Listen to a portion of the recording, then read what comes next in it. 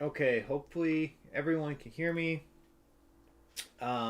Welcome to what might be the last mission or the last video of this multi-part session of Purple Haze. I don't want to go into too much detail as to what this game is because I've already done that in the first couple parts of this series. So if you just are watching this now, please understand that already I've done two previous sessions of this game, and those are up on our Talking Cardboard YouTube page in the live section. You can see part one and part two and watch those. But you also can start from here. So, with that said, I do want to clean up a few things that I did wrong in the previous video or session that I was playing through. And first, special thanks to Thomas Castle. I'm sorry if I'm pronouncing your name incorrectly, but thank you for your corrections to what I did wrong in my last video. So one thing that I do think, oh, and of course I always forget to do something.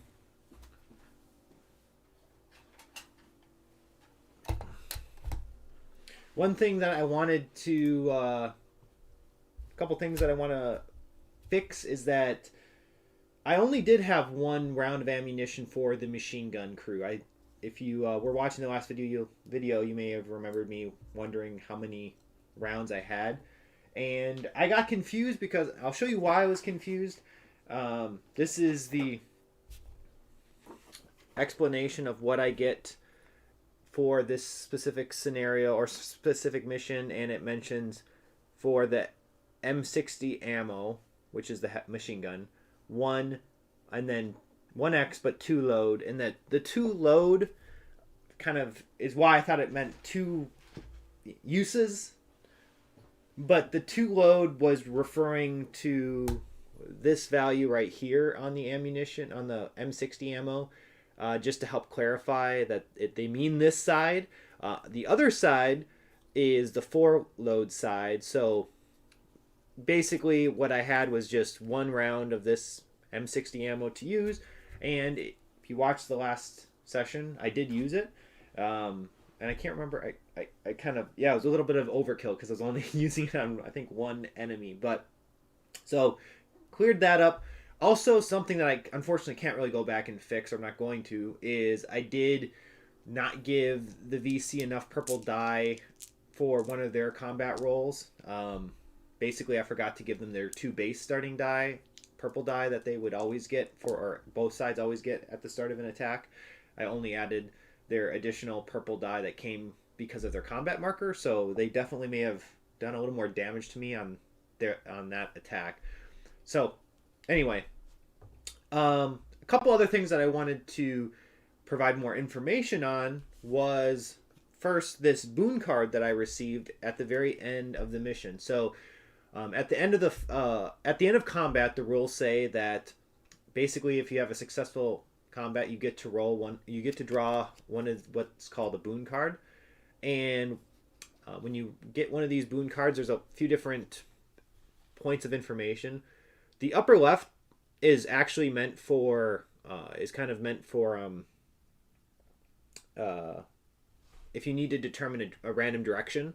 So if you're not using this card for that purpose, then this has no meaning.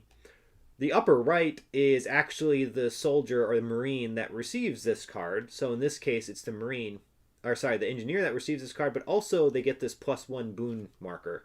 So, but anyway, that's what that means. And then the lower left is just stating that if I don't use this card for its purpose here, I get an extra boon token. And then that means finally the lower right corner is the effect of this card if I choose to use it, which says discard to use Claymore in combat with Fire Order. Treat it as a weapon with 3 initiative and basically range 1. Now, to be quite honest, I'm not 100% sure the value of this particular boon card.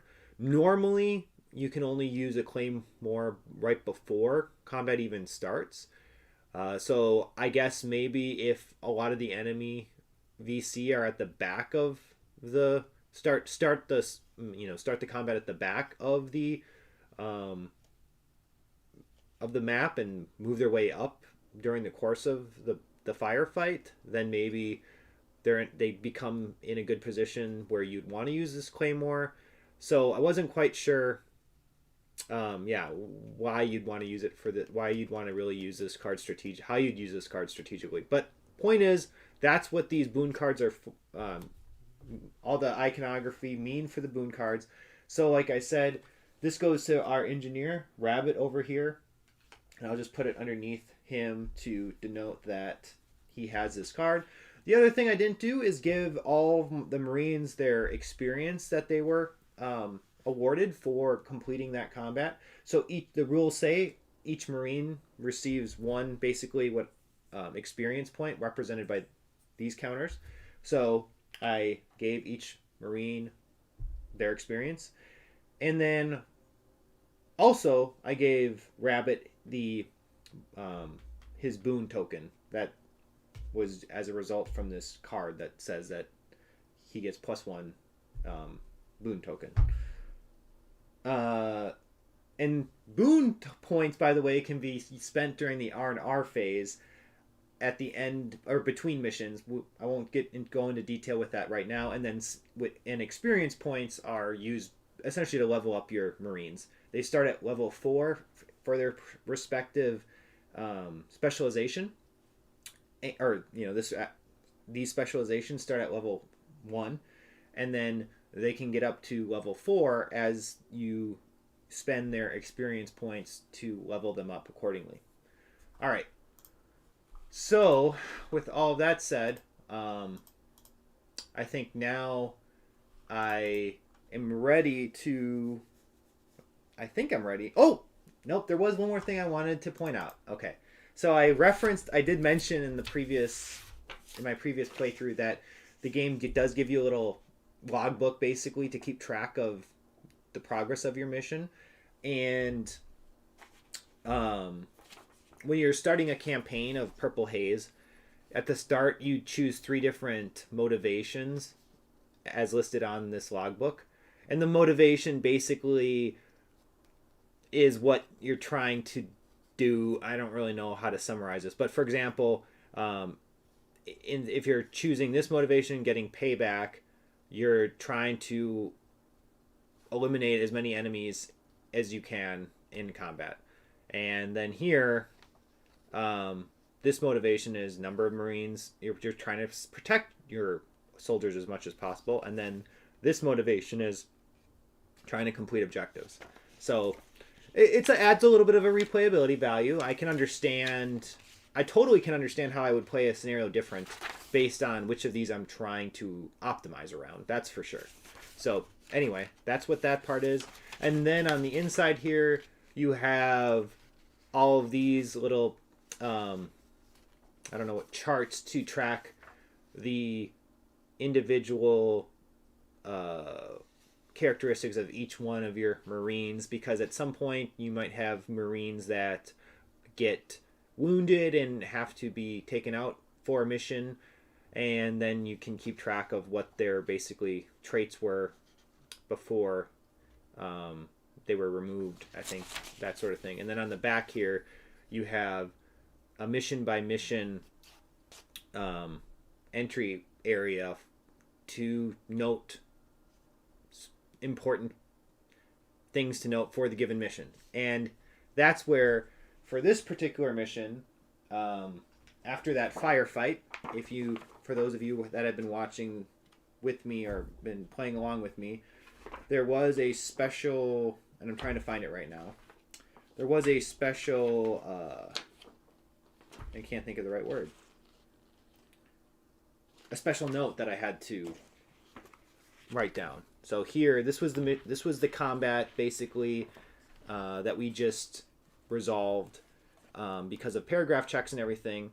And then as a result of this combat, it states note, take cover. So that means we would then, in our handy dandy logbook for my Blues Clues fans out there, we would say, write take cover in this area of the logbook, which will potentially come back later, where another paragraph check might reference the fact that do you have this in your, do you have take cover in your logbook or not? And that would, of course, determine maybe different paragraph checks for me to read. So that, I think, is everything that I wanted to quick go over before I get things going again. All right, so here is the location of our squad currently, and again, our mission in this scenario is simply, or our objective in this mission is simply to get to our base here. Oh, and the other thing I did want to do is a shout out to Dave Harris on YouTube, who commented on a previous video that he, and this was a constructive criticism, and I appreciate it, that he thought my play area was a little messy because I had a lot of baggies out on the table. So Dave, if you're ever watching this play session, I do want to thank you for your comment. I appreciate it. I agree, it did look a little messy for viewers, so I tried to neaten things up a little bit, and these tokens actually will eventually be randomized anyway for a future, if there is a future comment. Okay, now back to what I want to do.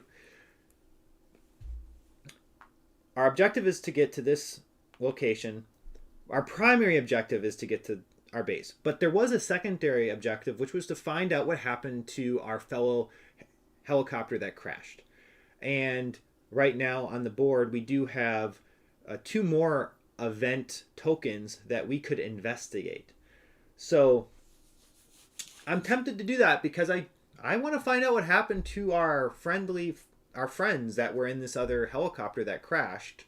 So I kind of want to at least head to this event marker. All right.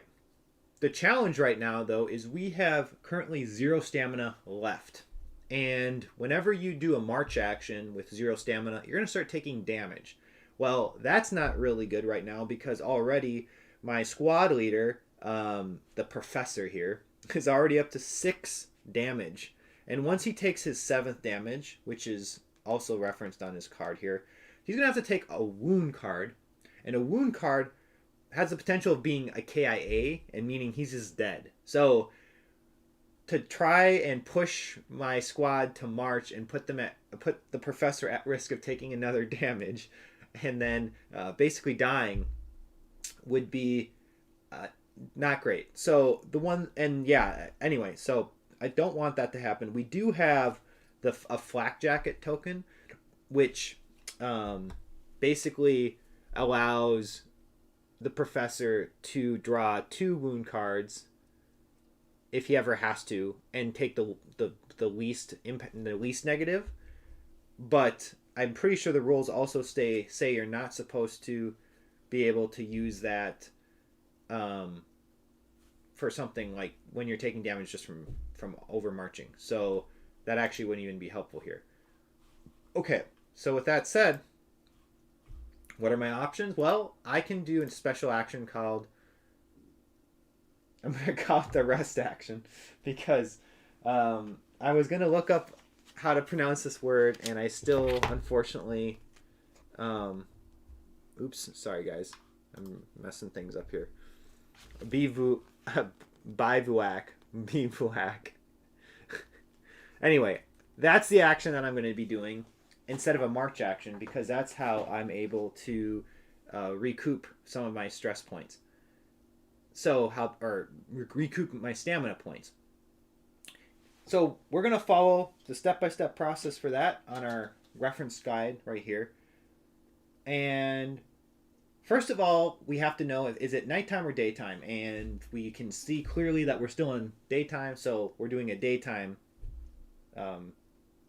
bivouac. And then,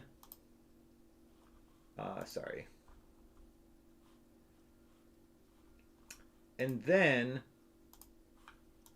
after determining that, the next step is adjust the time track the desired amount. So I have the ability to determine how long I want to actually rest for. And For every 15 minutes of rest time, I get 1 stamina point back.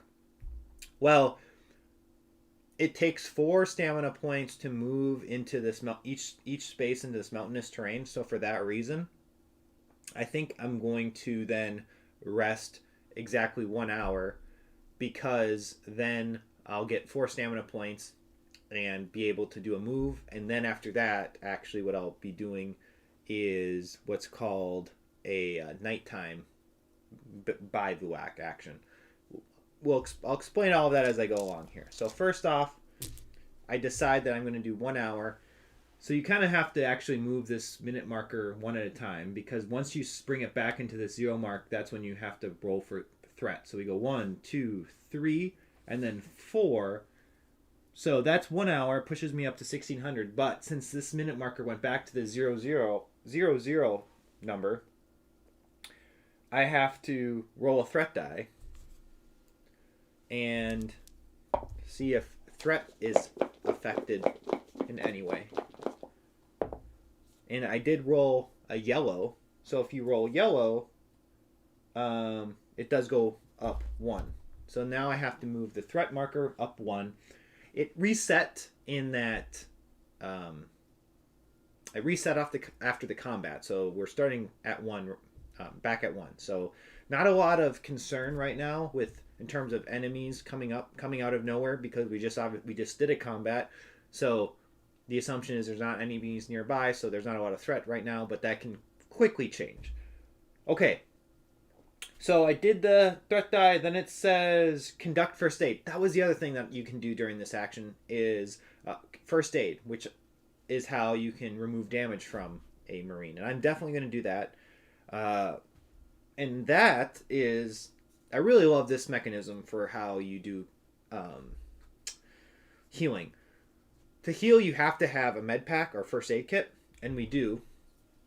The corpsman has a first aid kit on him, and you can, as long as you are doing a rest for at least 30 minutes, you can use one of these first aid kits, because basically to do a healing action, you do it in parallel to your resting, and you need 30 minutes per first aid kit. So I'm resting actually for a full hour, so I could technically do 2 first aid kits if I really wanted to, but we only have this 1 token, or 1 first aid kit, I should say.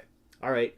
Well, the token tells us that you do a intelligence test, or it's basically a trait test, for an intelligence trait test. So what that means is we have to first get our purple die here, because every trait test starts with 3 purple or focus dice, and then we would add the dice available to the corpsman for his ability. Oh, okay. This is a problem playing a game like this solo, because it's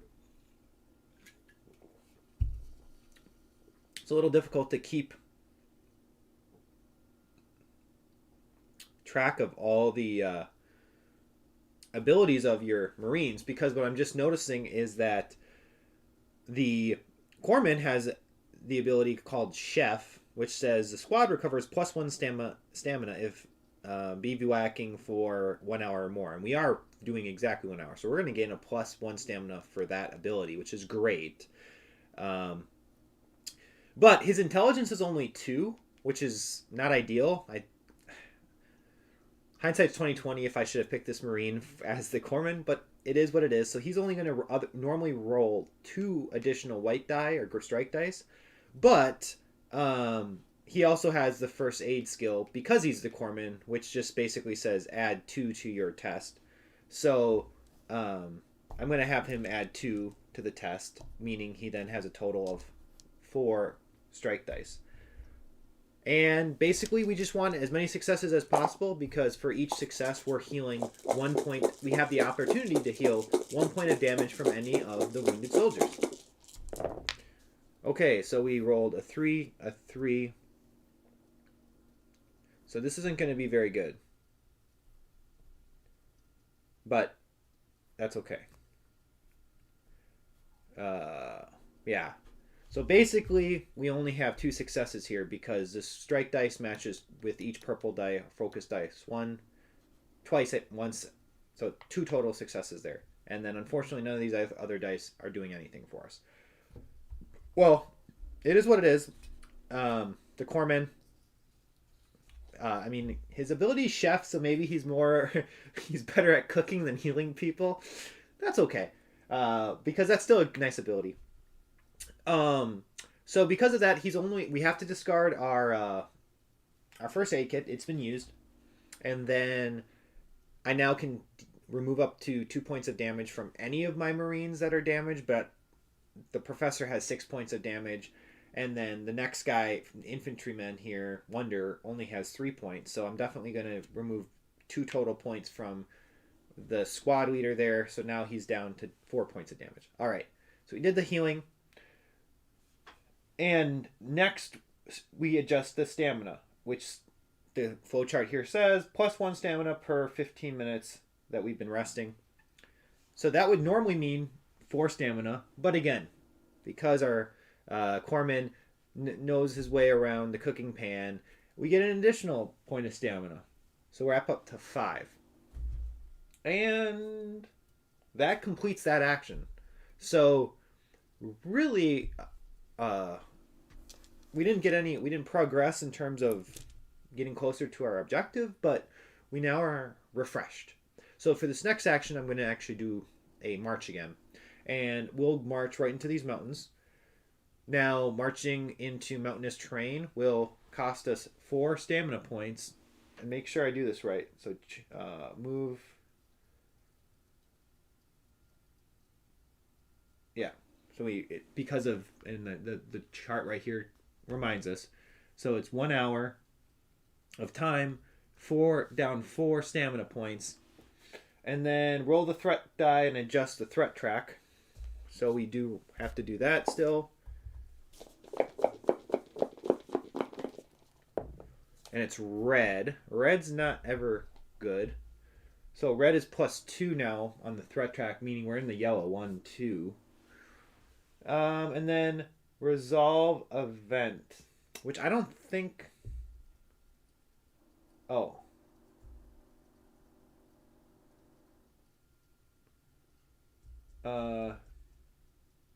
Yeah, because, sorry, I'm reading the flowchart here. Moving to a non-event space. Resolve encounter only if the threat die was yellow or red.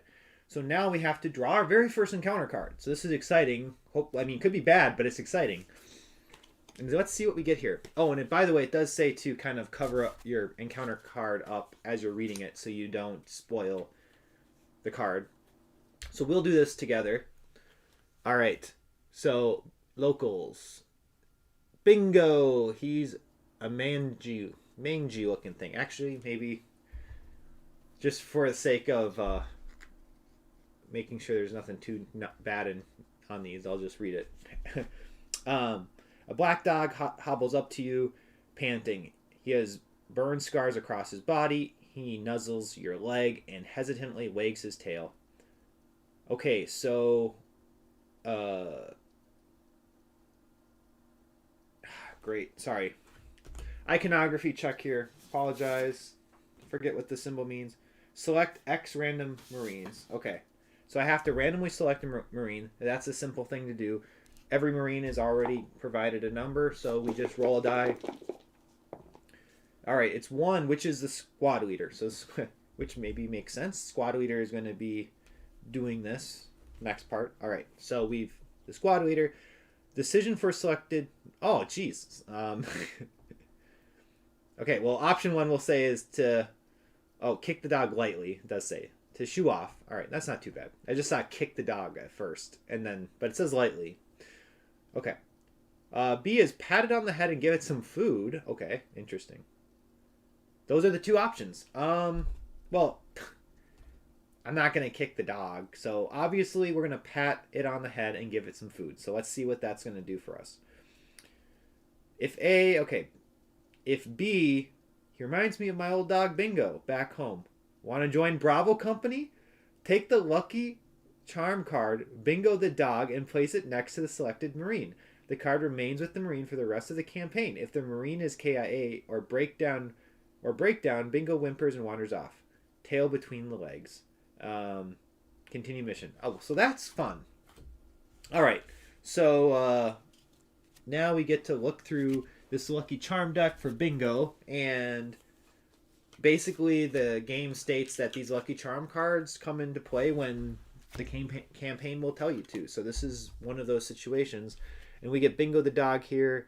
The Marine removes two mental condition at the end of each mission because he's like a therapy dog. I mean, this game is very thematic.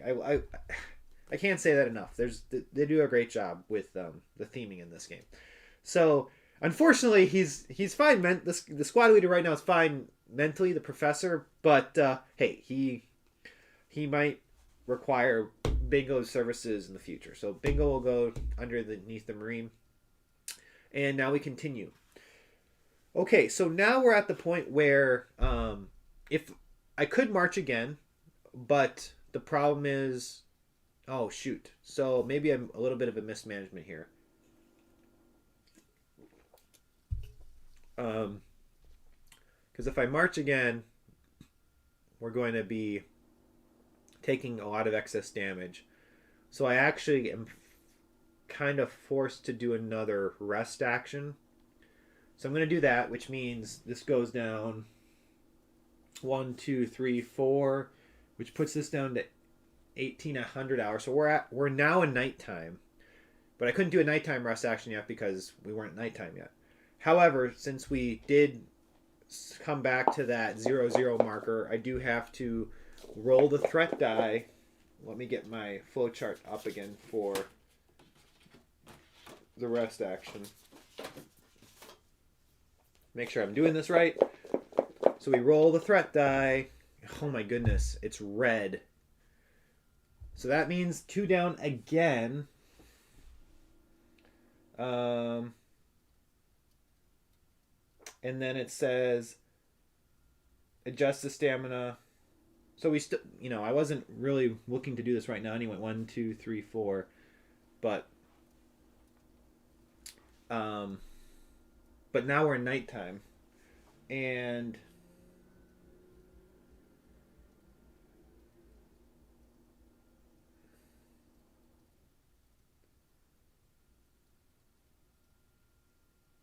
nighttime is just bad. Basically, it's a -1 modifier for everything. I think is the downside with nighttime. And nighttime is indicated all tests except using the Claymore and First Aid suffer a -1 purple die penalty. You can't use aim shot or fire support during combat. Can't take any evac action. So it make combat definitely a lot harder, is essentially what's wrong with nighttime. I could push myself and during nighttime go into this event. I'm worried what it could be. So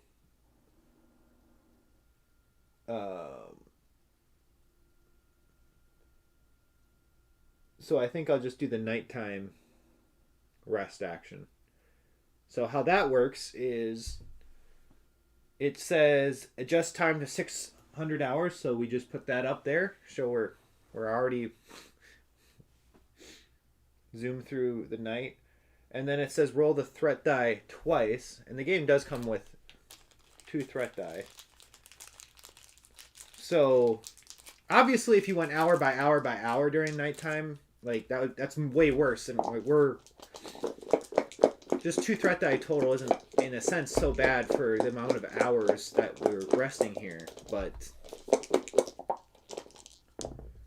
so gray and gray. And gray 0. So actually the threat track marker doesn't move at all. And then we adjust stamina track to 15 minus current threat level. Okay, so this is the bad part about being kind of in a nasty threat situation, which I think, again, very thematic here. We're close to potentially meeting some enemies, so because of that, our nighttime rest wasn't so restful because our Marines were restless because there's the threat tracks up.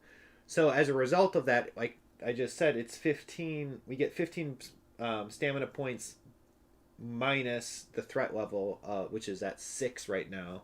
So it's actually just a total of 9 stamina points that were 15 minus 6. Yeah, 9 that we get back.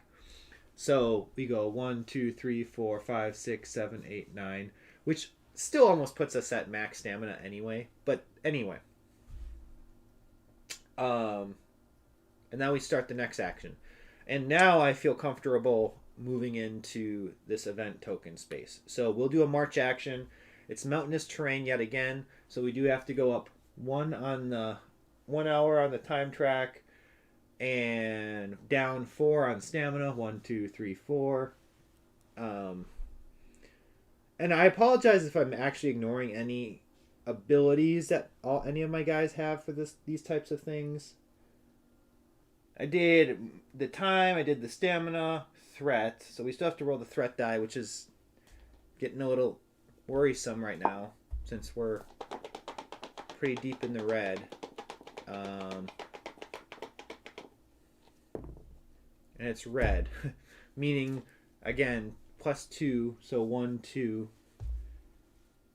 And then if we move to an event space, it says resolve the event. Otherwise, if we didn't go to an event space right now, we'd be resolving an encounter card.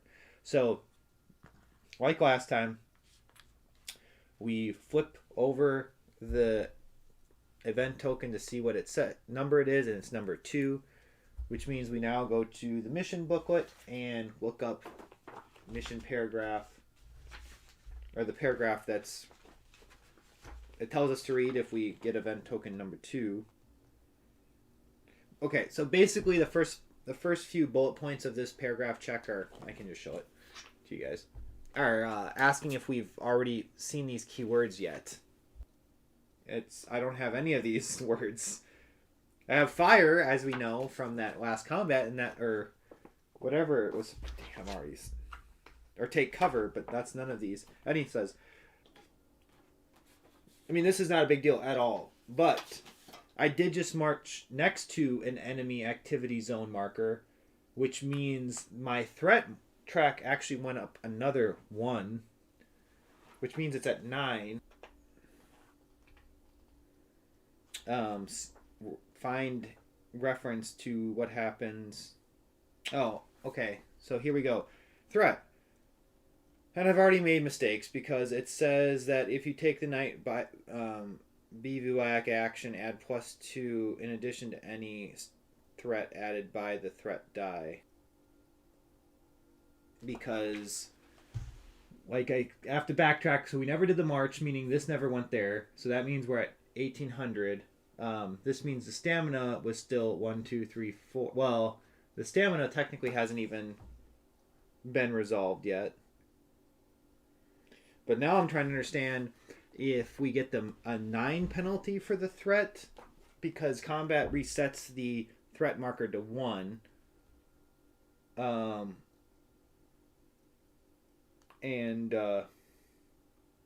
It's interesting because the flowchart says adjust time track to 6 as the very first step, but the rulebook says roll 2 threat die as the very first thing in order. So I have to think that the rulebook's being very specific about that, meaning if you end up moving the threat too far, you are immediately getting into a combat. So apologies for all that waffling around on how to manage this current situation. So I think we get in this combat, which is not going to go well for us because it's nighttime.